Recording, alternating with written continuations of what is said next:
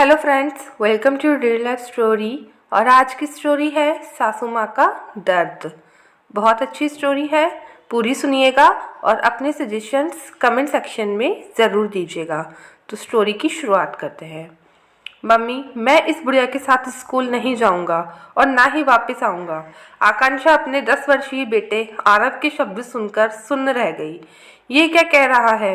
अपनी दादी को बुढ़िया क्यों कह रहा है? कहाँ से सीख रहा है इतनी बदतमीजी?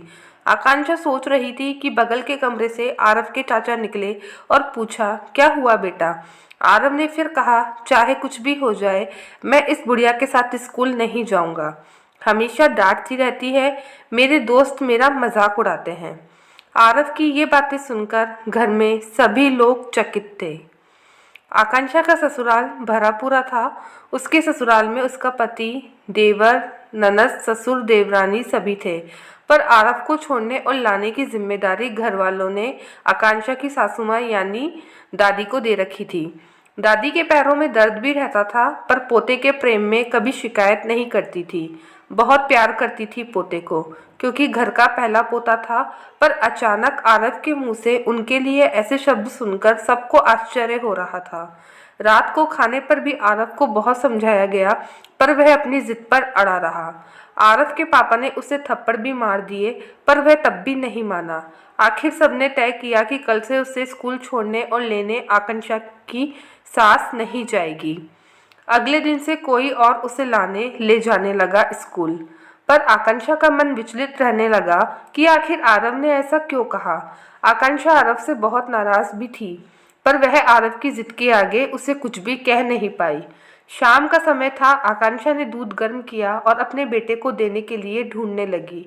जब ढूंढते ढूंढते छत पर पहुंची तो बेटे की बात सुनकर ठिठक गई और छुपकर सुनने लगी। और आरव अपनी दादी की गोद में अपना सिर रखकर कह रहा था, मैं जानता हूँ दादी कि मम्मी मुझसे नाराज है, पर मैं क्या करता? इतनी ज़्यादा गर्मी में वह आपको मुझे लेने भेज देती है। आपके पैरों में दर्द भी तो रहता है। मैंने मम्मी से कहा तो उन्होंने कह दिया कि दादी अपनी मर्जी से जाती है। तो दादी, मैंने झूठ बोला, बहुत गलत किया, पर आपको परेशानी से बचाने के लिए। मुझे कुछ और नहीं सूझा। आप मम्मी से कह देना कि वे मुझे माफ़ कर दे।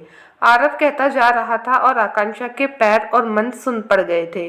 अपने बेटे की झूठ बोलने के पीछे के बड़प्पन को महसूस करके गर्व हो रहा था उसे। आकांक्षा ने दौड़कर आरव को गले लगा लिया और बोला, नहीं बेटा, तुमने कुछ गलत नहीं किया। हम सभी पढ़े लिखे नासमझों को समझाने का तुम्हारा ये तरीका बिल्कुल सही था। शाबाश बेटा, मुझे आज तुम पर गर्व है। जो दर्द में एक बहू होकर अपनी सास का नहीं समझ पाई, वह तुम छोटे से बच्चे ने बहुत जल्दी समझ लिया। अरे बेटा, तुमने तो हमको बहुत बड़ी सीख दी है और हमेशा ऐसे ही संस्कार बनाए रखना। इतना बोलकर आकांक्षा ने अपनी सास से भी माफ़ी मांगी कि मम्मी जी, हम अपने आराम के लिए आपको इतनी कड़ी धूप में आरव को लेने भेज देते थे। कभी भी आपके पैर दर्द की चिंता नहीं की। पर मम्मी जी, हो सके तो मुझे माफ़ कर देना। और सासू माँ ने आकांक्षा को गले से लगा लिया और कहा, धन्यवाद बहू, मुझे इतना अच्छा पोता देने के लिए। तो दोस्तों, आप बताइए, आरव ने क्या सही किया या आरव का कहने का तरीका गलत था? आप अपने सजेशंस कमेंट सेक्शन में ज़रूर दीजिएगा और अपना अच्छे से ख्याल रखिएगा।